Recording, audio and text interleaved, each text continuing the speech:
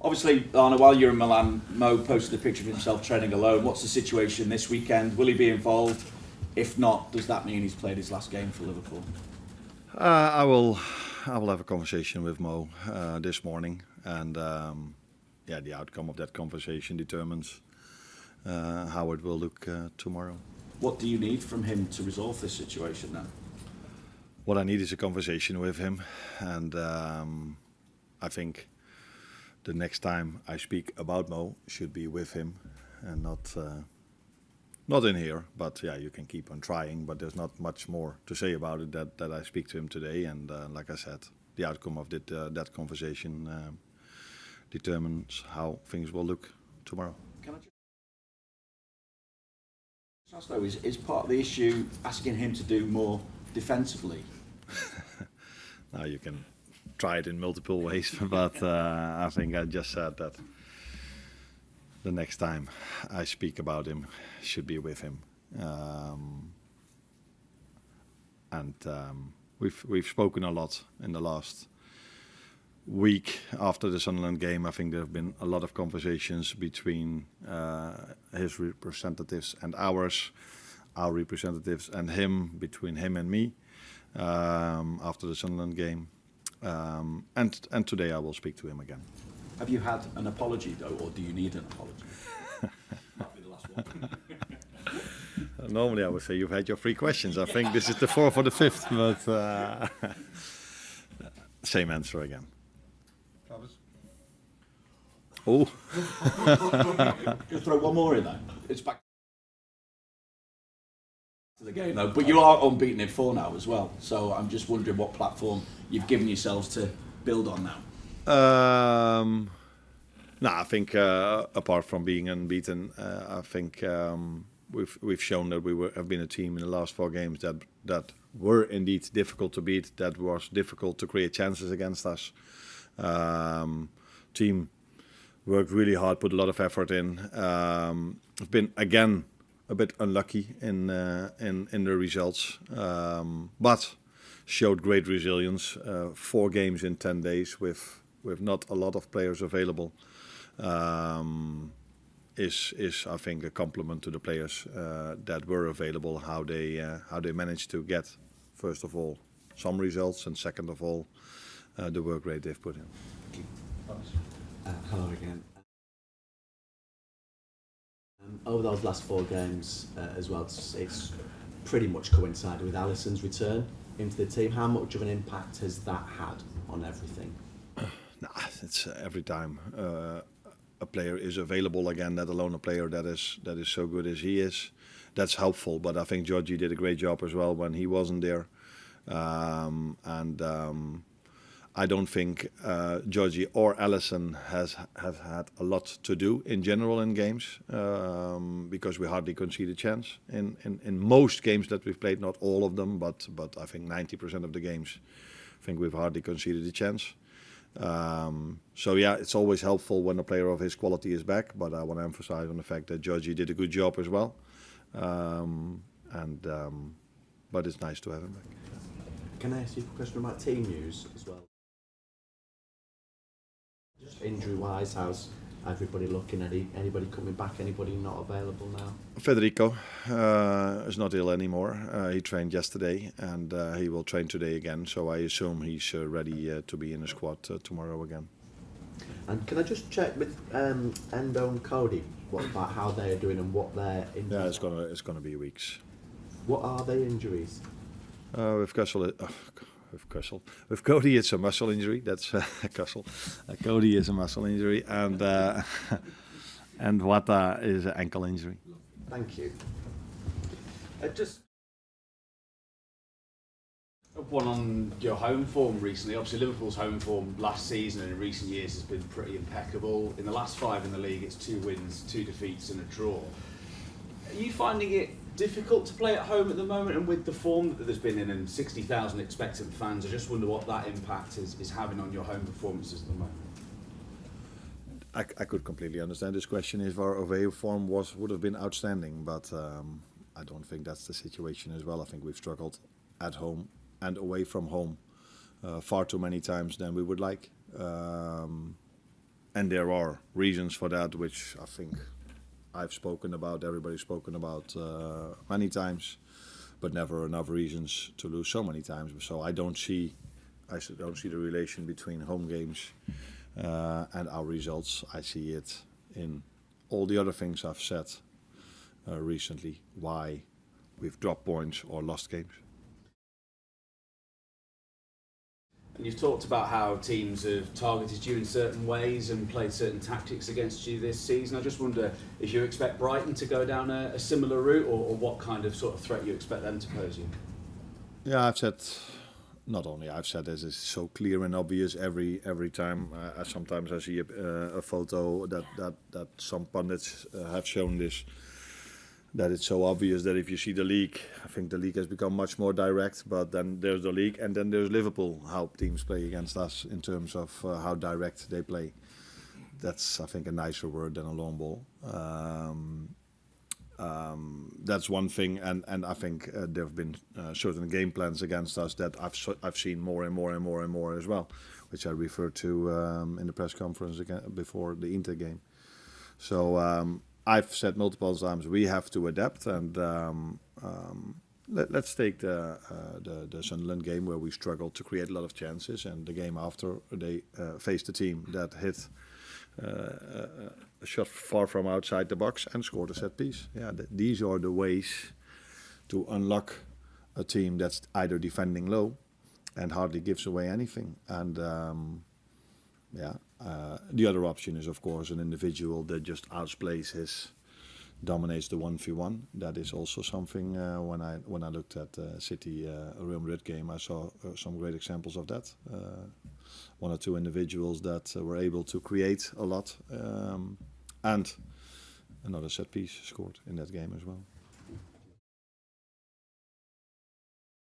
Carl? Hi, Anna. You started Isaac and Ekitike together in Milan, and very rarely did they have a chance to do that. I just wonder what you've learned from that and how it affects your thinking going forward in terms of where they play and the formation that they play in. I think what we all saw, which is completely normal, the more they will play together, the more they will adapt to each other, and the better they will cooperate. I think it's fair to say that the other two that were on the pitch, the two number 9s, Thuram and Lautaro Martinez, were more used to play with each other. But I saw also promising things from the both of them. It's been the second time they played together for obvious reasons, because match fitness is the obvious reason in that. And I think we will see more of this in the future of them playing together. But Alex also got a knock in the first half. So let's see how he has recovered from that today, if he's able to start tomorrow, and if he's able, if I make the decision to start them again together, or we do it in a different way.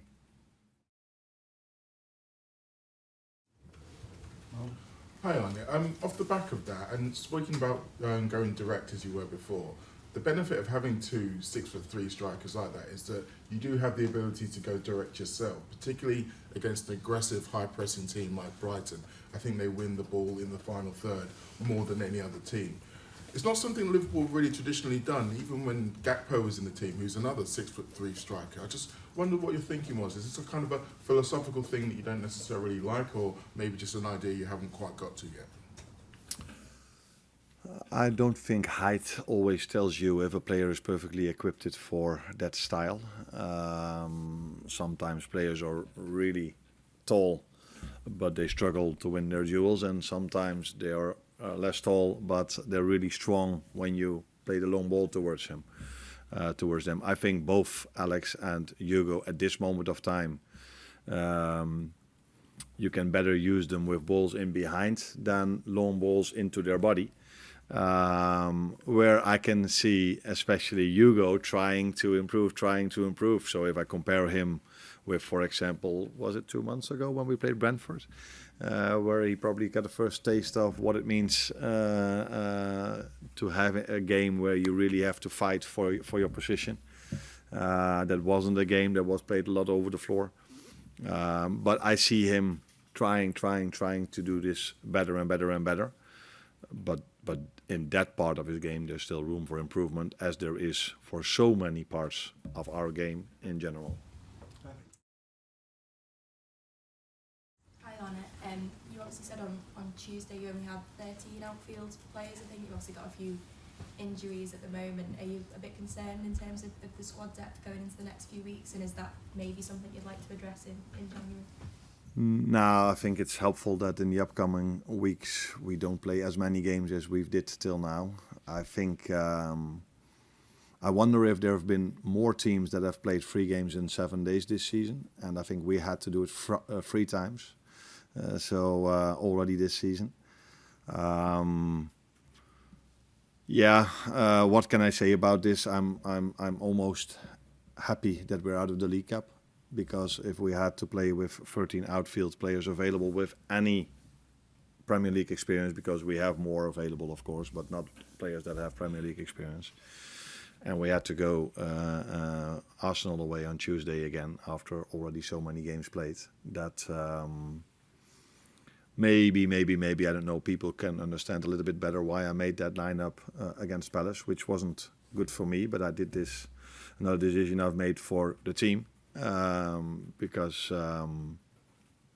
losing a game of football is never a good idea, and that is what happened when we were not in the best run of form. But sometimes players need rest as well, so look at Dominic, look at Virgil, look at Ibu, look at Ryan. They've played so many minutes because other ones weren't available.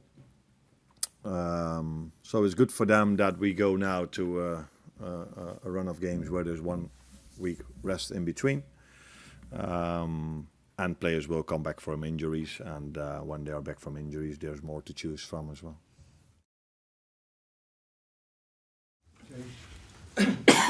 Just on Mo, in terms of the decision-making process with him not going to Milan and then whether he's part of the squad tomorrow, is that solely your call, or is that above you with Richard Hughes and Michael Edwards?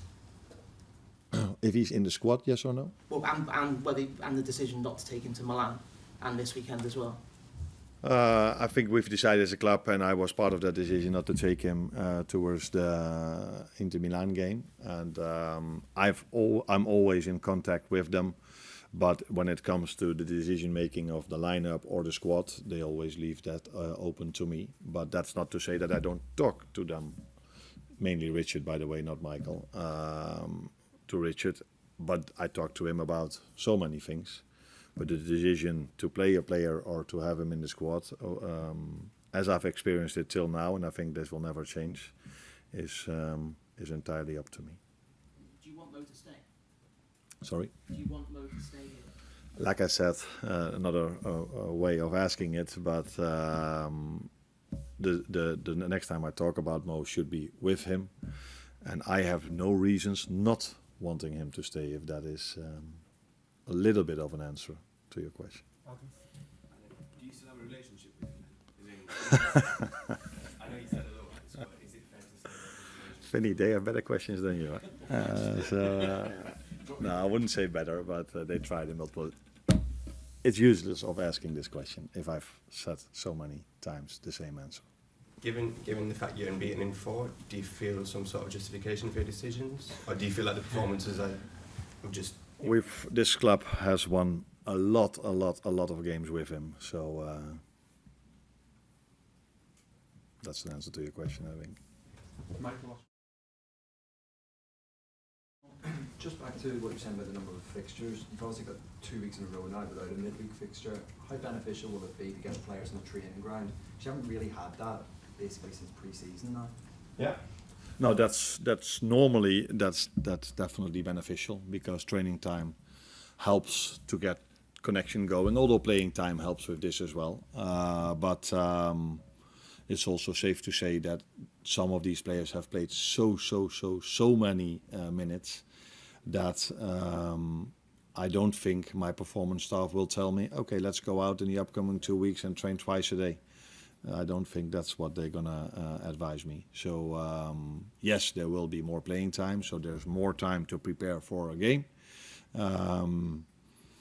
because that is that's also the difference between us and Brighton. I think they've had 5 or 6 days to come up with a game plan, train this, optimize their game plan. And it's the first time after the Inter game we have a session today. So, but yeah, that's also, if you play in Europe, this the last thing you should complain about, because this is what we want. But it is a reality for us in the last months indeed.